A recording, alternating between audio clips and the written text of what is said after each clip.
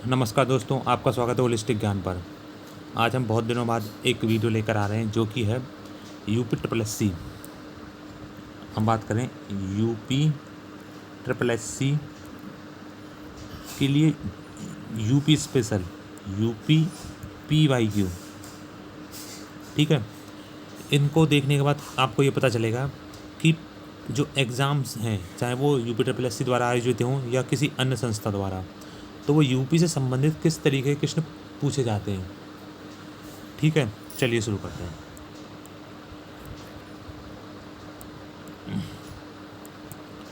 पहला क्वेश्चन, उत्तर प्रदेश में किस प्रकार की जलवायु है? तो उसका आंसर है, उत्तर प्रदेश में जो जलवायु है वो है उष्ण कटिबंधीय मानसूनी। उष्ण कटिबंधीय मानसूनी। और उत्तर प्रदेश को जलवायु के आधार पर 9 भागों में विभाजित किया गया है, 9 भागों में, और भारत को 15 में, भारत को 15 भागों में। ठीक है, ये दो क्वेश्चन आप याद रखना।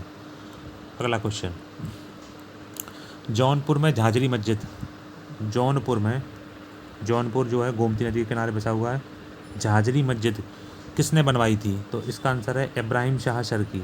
इब्राहिम शाह सरकी 1430 में, 1430 में किसने बनवाया था? इब्राहिम शाह सरकी। अगर हम बात करें जौनपुर की, तो जौनपुर गोमती नदी के किनारे, गोमती नदी के किनारे। ऐसा पूछा जाएगा कि गोमती के जौनपुर किस नदी के किनारे बसा हुआ है? तो जौनपुर जो है वो गोमती नदी के किनारे है। और मैं बात करूं एक और मस्जिद जो कि जौनपुर में, उसका नाम है अटाला मस्जिद। अटाला मस्जिद। एक और कौन सी? अटाला मस्जिद। अटाला मस्जिद भी कहाँ पर है? जौनपुर में। एक बार क्वेश्चन दोबारा से रिपीट करता हूँ, जौनपुर में झांझरी मस्जिद किसने बनवाई थी? तो इसका आंसर है इब्राहिम शाह सरकी। इन्होंने इसे 1430 में बनवाया था। जौनपुर जो है गोमती नदी के किनारे बसा हुआ है, गोमती नदी के किनारे ही अभी हमारा एक क्वेश्चन आएगा, उसमें देखेंगे। और जौनपुर में ही एक अटाला मस्जिद है। नेक्स्ट क्वेश्चन, अगला क्वेश्चन है, निम्नलिखित में से कौन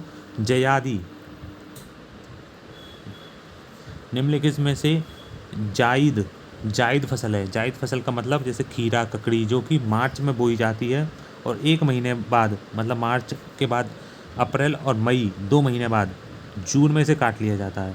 तो इस फसल को क्या बोलते हैं? जायद की फसल। ठीक है, नेक्स्ट क्वेश्चन, उस फसल को उगने के लिए जो है बहुत गर्मी की आवश्यकता होती है। निम्नलिखित में से कौन सा शहर जमुना के तट पर है? जमुना के तट पर मथुरा है, इटावा है, आगरा है। और बात करें लखनऊ गोमती नदी के किनारे पर है, जौनपुर भी। झांसी की बात करें तो झांसी अपना पहुप और बेतवा के बीच में है। किस के बीच में?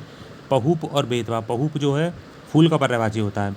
और हम बात करें वाराणसी गंगा नदी के किनारे। अगर मैं इसके बारे में, झांसी के बारे में बात करूं, तो झांसी जो है अपना बुंदेलखंड में अपने यूपी के 7 डिस्ट्रिक्ट आते हैं, उनमें से एक डिस्ट्रिक्ट है। अब नीचे से स्टार्ट करें तो ललितपुर, झांसी, जालौन और हमीरपुर, महोबा, बांदा, चित्रकूट, ये सारे आते हैं। उनमें से एक क्या? झांसी। तो बुंदेलखंड पर पहले चंदेलों का शासक रहा था। उस समय पर झांसी को बलवंत नगर के नाम से जाना जाया करता था।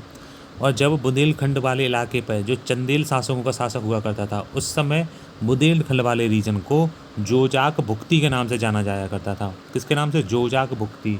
और उनकी राजधानी महुआ हुआ करती थी। क्या हुआ करती थी? महुआ अलाह और उदल की जो गाथा कथाएं, उनके लिए भी प्रचलित है। अगर हम अगला क्वेश्चन की बात करें, उत्तर प्रदेश में कुशीनगर किसके लिए प्रसिद्ध है? तो उत्तर प्रदेश में कुशीनगर भगवान बौद्ध का निर्वाण स्थल है। मतलब भगवान बौद्ध ने अपना देह त्याग, अपना शरीर को कहाँ त्यागा था? यहाँ पर कुशीनगर में। अगर हम बात करें जन्म स्थल लुम्बिनी, बोधगया में प्रबोधन इनलाइटमेंट की प्राप्ति हुई थी। अगला क्वेश्चन, प्रसिद्ध साहित्यकार तानसेन निम्नलिखित में से किस सम्राट के दरबार में संगीतकार थे? तो ये थे अकबर के। किसके शासनकाल, किसके थे ये? अकबर के। अकबर। अगला क्वेश्चन, रजा पुस्तकालय रामपुर उत्तर प्रदेश में किस किसने स्थापित किया था? इस रजा पुस्तकालय को जो स्थापित किया था वो किया था नवाब फैजुल्ला खां। नवाब फैजुल्ला खां ने किया था इसे 1774 में। कब किया था इसे? 1774 में। 1774 में इसे स्थापित किया गया था नवाब फैजुल्ला खां द्वारा। कहाँ पर है ऐसा क्वेश्चन पूछा जाएगा। रजा पुस्तकालय कहाँ पर है? रामपुर में। किसने स्थापित किया था इसे? वहाँ के सुल्तान फैजुल्ला खां ने, और 1774 में। हिंदू मुस्लिम एकता का सांकेत, सिंबल बोलते हैं सांकेत, सुरहाकुल ये वाला मेला, सुलह कुल ये मनाया जाता है आगरा में। आगरा में बटेश्वर मेला, आगरा में ही कैलाश मेला है। और अगर हम इस मेले की बात करें तो अकबर ने स्टार्ट किया था। किसने स्टार्ट किया था इसे? अकबर ने। मेरठ में बात करें तो मेरठ में सरदाना, नौचंदी ये सारे मेले मेले लगते हैं वहाँ पर। यूपी में भारत टेलीफोन इंडस्ट्री लिमिटेड की विनिर्माण सुसाध्यता कहाँ पर अवस्थित है? तो मैन्युफैक्चरिंग फैसिलिटी की बात कर रहा है ये। यूपी में कहाँ पर है? तो नैनी और रायबरेली। ठीक है। अगला क्वेश्चन, निम्नलिखित फसलों के समूह में से उत्तर प्रदेश किसका सबसे बड़ा उत्पादक है? किस चीज़ को प्रोड्यूसर है सबसे बड़ा? क्या चीज़ उत्तर प्रदेश जो है प्रोड्यूस करता है? तो मूंगफली अपने यहाँ नहीं होती, चना अपने यहाँ नहीं होता। इन दोनों ऑप्शन बच गई। अपने यहाँ पे सबसे ज़्यादा गेहूँ और गन्ने के बारे में तो आपने सुना ही होगा। तो गेहूँ जैसे गन्ने सब में दे रखे हैं। तो मतलब इन दो में सरसों और जौ भी हमारे यहाँ पे काफ़ी होती है। अगला क्वेश्चन है, कवि काका हाथरसी द्वारा कौन सी फिल्म, ये अटपटा क्वेश्चन था, कौन सी फिल्म ब्रज भाषा में बनाई गई थी? इसका आंसर है जमुना किनारे। अगला हमारा जो क्वेश्चन है वो है, उत्तर प्रदेश सरकार की चर्म संस्था कहाँ स्थित है? चर्म का मतलब लेदर इंडस्ट्रीज, तो वो है कानपुर और आगरा। ओडीओपी में गोरखपुर टेराकोटा के लिए, मथुरा सैनिटरी फिटिंग के लिए, कानपुर लेदर इंडस्ट्रीज़ के लिए, मेरठ खेल के सामान के लिए, आगरा भी वही Bareilly. Okay, next question is government बौद्ध संग्रहालय कहाँ पर है? तो गवर्नमेंट बौद्ध संग्रहालय है अपना गोरखपुर, और इसे 1986 और 87 में बनाया गया था। 1986 और 87 में बनाया गया था।